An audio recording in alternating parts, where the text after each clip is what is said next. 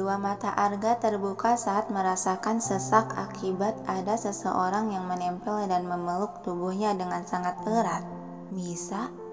Seketika mata Arga terbelalak melihat dirinya tengah dipeluk bagai bantal guling oleh gadis yang terlelap itu.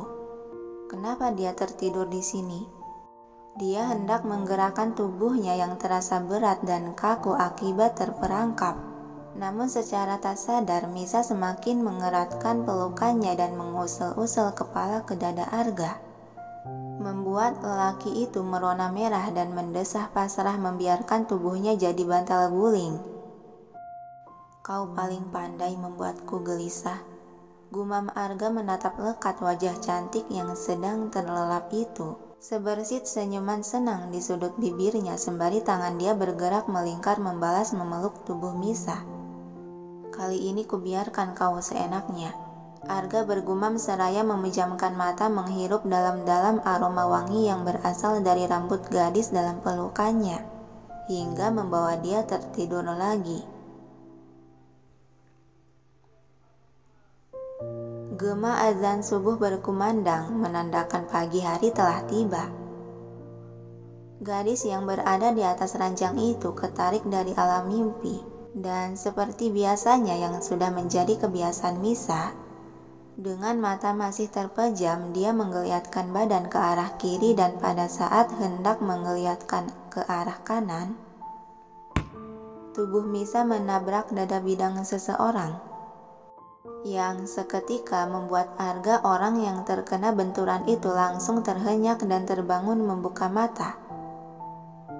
Sedangkan Misa yang masih belum tersadar sepenuhnya dan masih memejamkan mata, dia dengan seenaknya meraba dada bidang itu dan mengetuk dengan jemari. Alis Misa berkerut merasakan sensasi asing saat menyentuh. Ini apa ya? Bantal guling kok keras gini sih? Gumam Misa di sela pejaman mata masih meraba dan memijat otot dada sang suami. Dan Arga yang sudah dari tadi terbangun dia mengamati dengan apa yang sedang dilakukan oleh gadis itu. Sengaja dia berdehem. Alis Misa semakin berkerut dengan kedua mata mulai mengerjap menyipit. Dan yang pertama kali dia lihat saat membuka mata yaitu sebuah pakaian piyama lelaki bagian depan yang sedikit terbuka, memperlihatkan otot dada. Apa ini? Heran Misa dengan mata sedikit melebar. Sudah bangun? Suara barinton seorang pria menyadarkan Misa sepenuhnya. Misa menggerakkan kepala mendongak untuk melihat siapa orang si pemilik tubuh itu. Kamu? Tercekat Misa dengan kedua mata melotot terkejut. Arga tersenyum menyeringai. Sudah puas kau menyentuh tubuhku? Teriak Misa dan dengan refleks mendorong dada Arga sehingga tubuh lelaki itu terguling terjatuh ke lantai. Kau! Geram Arga saat merasakan nyeri di bagian tubuhnya yang terbentur. Misa beringsut ke ujung ranjang memeluk selimut menatap waspada dan panik. Kamu? Setelah melakukan pelecehan, sekarang kau mendorongku juga, hah? Arga menghembuskan napas kasar sembari bangkit berdiri menatap tajam. Hah? Panik Misa mengingat-ingat kejadian semalam yang terakhir kali dia ingat ketika mengelus kepala Arga. Ya ampun! Apa aku ketiduran? Batin Misa setelah ingat semuanya. Kau! Geram Arga mendekati ranjang hendak menarik selimut. Tidak. Dia akan mengamuk. Jalan satu-satunya adalah kabur. Batin Misa merasakan firasat buruk. Dengan gerakan cepat dia melemparkan selimut dan loncat dari ranjang lalu berlari ke kamar mandi. Misa! Berani sekali kau melarikan diri! Teriak Arga menggelegar di dalam ruangan. Misa di dalam kamar mandi, dia menempelkan punggung ke daun pintu, mengatur napas yang terengah akibat jantungnya berdegup cepat dan berlari tadi. Aku sudah gila. Misa menjambak rambutnya sendiri seiring tubuh dia merosot berjongkok. Kenapa aku bisa ketiduran sih? Dasar bodoh. Mau ditaruh di mana mukaku sekarang? Sedangkan Arga di ruangan kamar, dia mendesah kasar sembari terduduk di sisi kasur. Menggemaskan sekali. Gumamnya pelan seiring merasakan debaran cepat di jantung dan wajah memerah padam. Pintu kamar diketuk dari luar mengalihkan perhatian lelaki itu. Sejenak Arga melirik jam di dinding. Sudah waktunya. Dia beranjak berdiri melangkah ke arah pintu dan membuka pintu kamar yang langsung disambut oleh sekretaris Tang. "Pagi Tuan," sapa sekretaris Tang yang sudah bersetelan rapi. Arga hanya membalasnya dengan gumaman dan keluar kamar. Segera Tang memakaikan mantel panjang ke tubuh Arga untuk menutupi baju piyama yang dikenakan tuannya. Lalu mereka pun berjalan di koridor lantai 2 menuju lantai bawah. "Berapa lama lagi?" tanya Arga di sela langkah kaki. 1 jam lagi keberangkatan beliau, jawab sekretaris Tang membuntuti dari belakang. Dan baru saja mereka keluar dari jalanan koridor, keduanya disambut oleh seorang gadis yang berdiri berpakaian rapi membuat langkah Arga terhenti. Gadis cantik dengan rambut panjang berkuncir kuda itu setengah membungkukkan badan sebagai salam hormat. "Selamat pagi Tuan dan Ketua Tang." Alis Arga sedikit berkerut tanya melirik sekretaris Tang meminta penjelasan. "Dia adalah supir untuk Nona," jelas sekretaris Tang. Arga kembali menatap ke gadis yang berdiri tegap di hadapannya.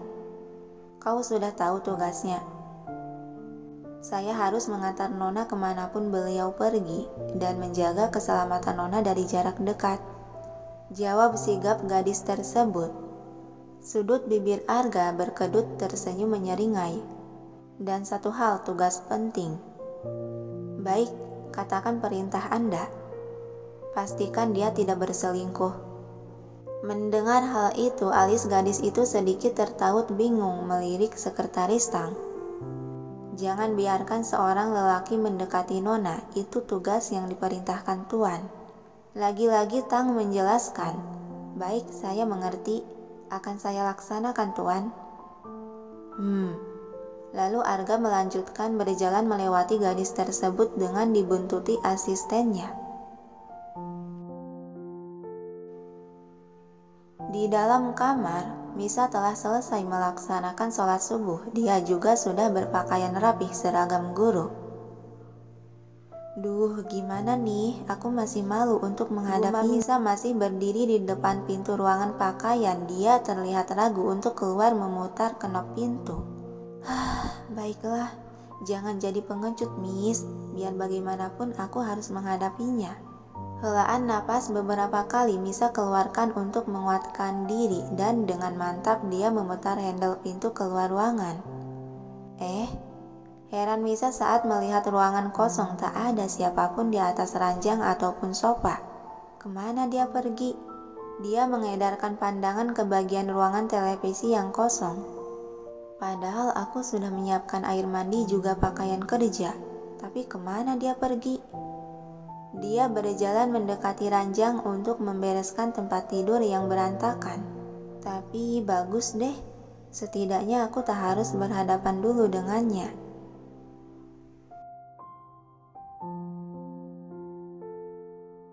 Dan beberapa saat kemudian, menunggu Arga yang tak kunjung datang, Misa akhirnya berjalan keluar kamar menuju ruang makan yang pikir dia mungkin Arga sudah di sana.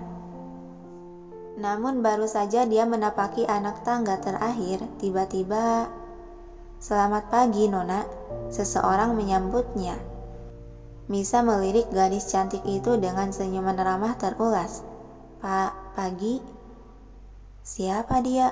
Rapih banget pakaiannya kayak petugas penjaga rumah." Batin Misa menambahkan lalu berjalan melewatinya hendak menuju ruang makan. Dan gadis tersebut membuntuti langkah kaki Misa. Bingung Misa melirik ke sudut mata. Apa dia mengikutiku? Mungkin bukan. Dia kembali melangkah menatap lurus ke depan. Sudah melewati beberapa ruangan dan koridor, gadis itu masih saja membuntuti langkah kakinya dari belakang bagai anak ayam. Membuat Misa yang dibuntuti merasa terganggu hingga menghentikan langkah kaki. Yang diikuti pula oleh gadis itu ikut menghentikan langkah kaki. Misa menghembuskan napas pelan dan membalikkan badan. "Kamu..." "Iya, Nona." "Kenapa kamu mengikutiku?" "Karena Nona tuan saya." Mendengar hal itu, alis Misa berkerut menatap tanya. "Apa maksudmu? Tuanmu kan si penguasa rumah ini, bukan aku." Gadis tersebut mengangkat pandangan mengulas senyuman kapitalis. "Anda adalah Nona yang harus saya layani." "Tapi aku tidak perlu dilayani, aku bisa melakukan semuanya sendiri." Sebal Misa sembari membalikkan badan kembali dan melanjutkan melangkah. Lagi-lagi gadis itu membuntuti sampai langkah kaki Misa memasuki ruangan makan. "Dia masih saja mengikutiku. Baiklah, abaikan saja." Oceh pelan Misa melangkah ke meja makan. Kok sepi? Pada kemana orang-orang?" Heran Misa melihat tidak ada siapapun di ruangan makan. Dia melirik jam yang melekat di pergelangan tangan. Seharusnya kan mereka sudah ada di sini. "Selamat pagi, Nona," sapa beberapa pelayan yang membawakan hidangan untuk sarapan. Misa tersenyum ramah membalas sapaan dan terduduk di salah satu kursi. "Iya, pagi juga. Boleh aku bertanya?" "Silahkan, Nona, kami akan menjawabnya," jawab salah satu pelayan di sela kesibukan menaruh hidangan masakan ke atas meja. "Apa kedua adik iparku dan suamiku sudah sarapan duluan? Hari ini Nona muda menginap di asrama sekolah.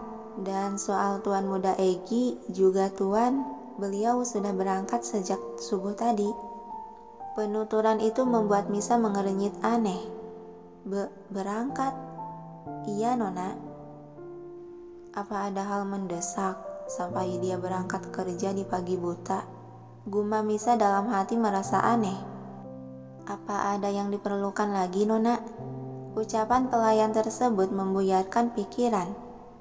"Ah, tidak, terima kasih." Para pelayan di sana membungkukkan setengah badan sebagai hormat.